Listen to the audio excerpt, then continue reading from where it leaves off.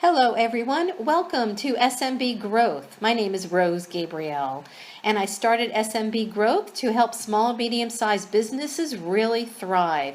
Here in Silicon Valley, many of our small, medium-sized businesses are startups, and so here are some modules on how to succeed in sales at a startup, with focus in channel development. Since many of our startups do not have huge sales forces, they usually grow through the channel. Now, this is an overview of my sales success training modules. Just make an appointment with me and we can go in depth and customize this to your business. When we do this, we will be talking about the startup scene, coming out of the box really strong and how important that is. Why are startup environments very unique? How to do lead generation, how to rank partners so that you spend 80% of your time with the 20% that do produce the highest yield for your revenue growth, building a very winning sales plan, and we'll do some exercises around that. Now, everyone wants to buy, but no one wants to be sold. Have you heard that before? Well, the way we start our sales process is, of course, we establish rapport, and we'll talk about this in the modules of how we do solution selling, clear those objections, be very persuasive, just ask for the order, and we'll exercise and do some role plays. And following successful business engagements, follow it through to a closure and summarizing benefits, answering questions, and getting that next important step. In startups, it's so important to come out of the box strong. Why? Because no one has ever heard of the startup before. So building a reputation is so important because this is going to be the platform from which you build all of your sales, particularly with referral, and it will just multiply. So this is very important. Yes, startup environments are very unique. They start with a wonderful idea and they've built a tribe around it. They've gotten people engaged in it. The VCs are interested. It's a winning idea. They've got a plan, and so building reputation is so important. Those beta customers, they really need to be nurtured. You need to have a win situation with those beta customers, and they're going to sell everyone else. So that is so important. When you go and look to work for a startup, you really need to look at the management vision. That's one of the critical pieces, is where is this business headed and what is the exit strategy for this business? So every avenue has to be carefully planned out. Culture is important as well. Why would people want to work there?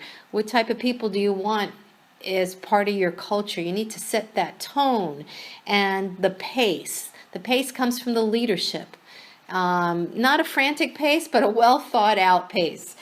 In any sporting event, you have metrics that are important. For example, I play tennis, and it's important to have good partners, get yourself into some really good practice, know the strategy, know where you're going to serve, and have a plan. And so that's so important. And then the funding level. There's several funding levels from seed level to A, B, C, and there are different reasons for funding. I always feel like the best startups I want to work for are the ones that are already at cash flow positive by Series B.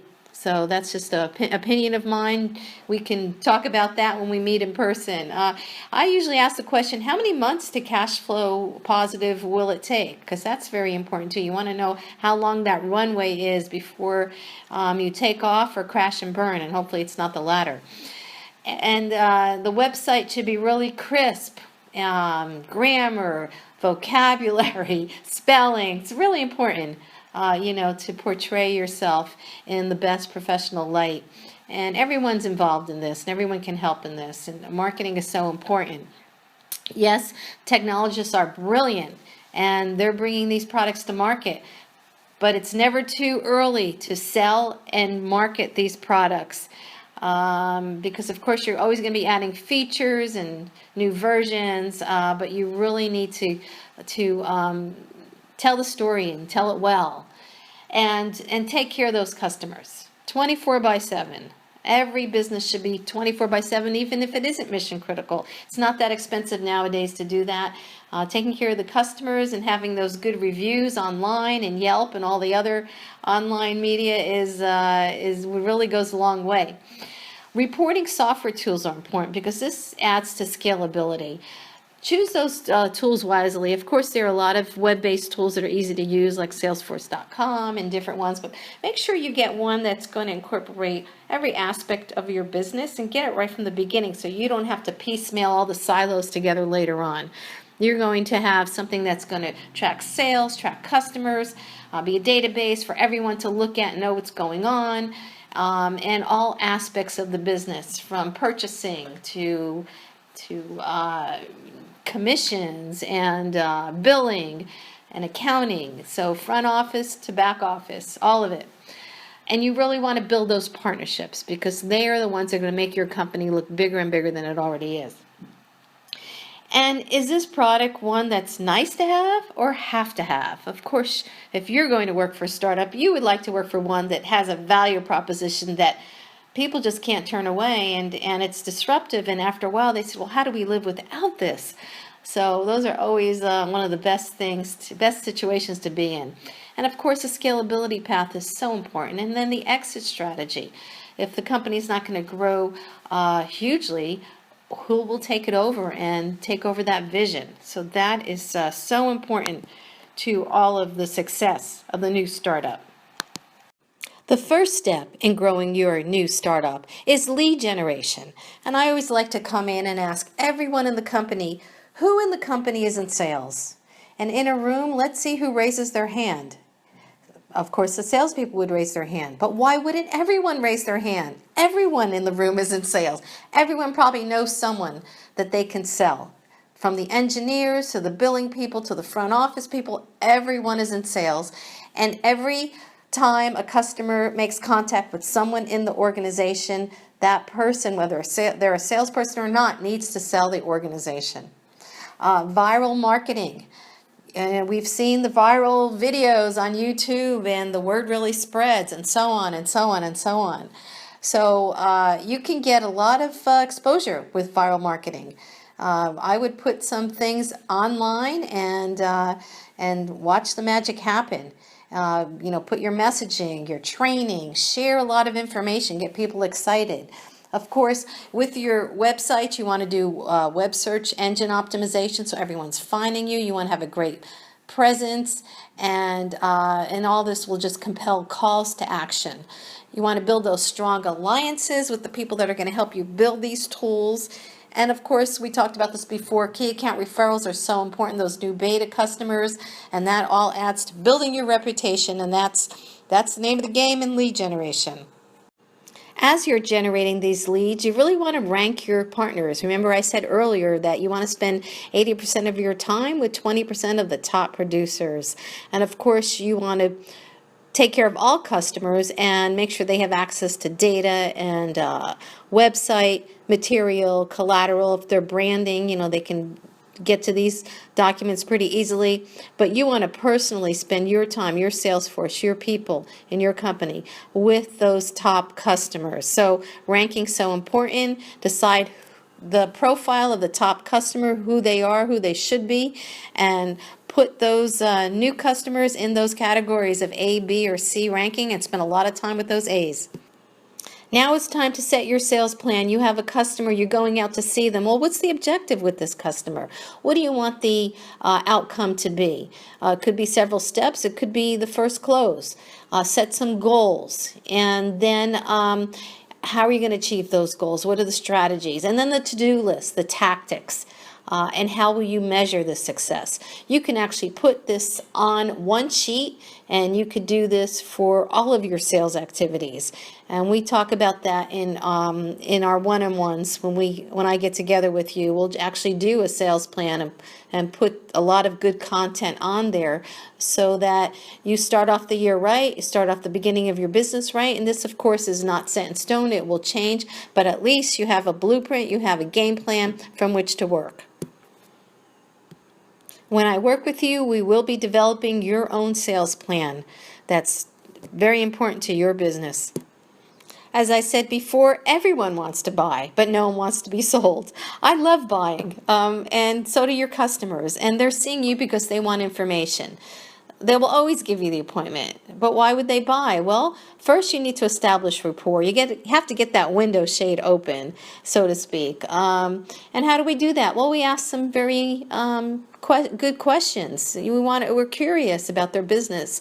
I don't go in and ask them what their problems are so we can give them solutions. I don't like to talk about problems. It'll definitely come up. What I like to do is go for a tour of their business. That's one of the nicest ways to get to know someone and their business is please take me for a tour. I'd love to see your business. Even if it's a tour just around the office, and find out about their accomplishments, notice things on the wall. And you can initially have a coffee chat with these people. You can meet them at a trade show. You can do joint activity together. You can serve on committees together, through social media, through vendor partner alliances. What is important to this person and what do they value? That's one of the most important things to uncover in establishing rapport, and that's one of the places to start in a sales cycle. Now that you've gotten to know your customer and you've gotten to know a little bit about their needs, then you get into solution selling. So what you have to offer should match exactly what they're looking for. No one wants to admit they have pain, so I wouldn't call it a problem. We're solving their problem. However, if they're very frank about it, then you could start talking about that. That's a subject that they've brought up. Anytime they bring up a subject, then you can talk about it. But once you learn their business and their organization structure, and one of the keys to the sales to find out who makes those decisions. It's not always obvious, or it may not always be the loudest person in the room. But remember, you need to sell everyone in the organization because everyone is an influencer, and then you need to know who that key decision maker is.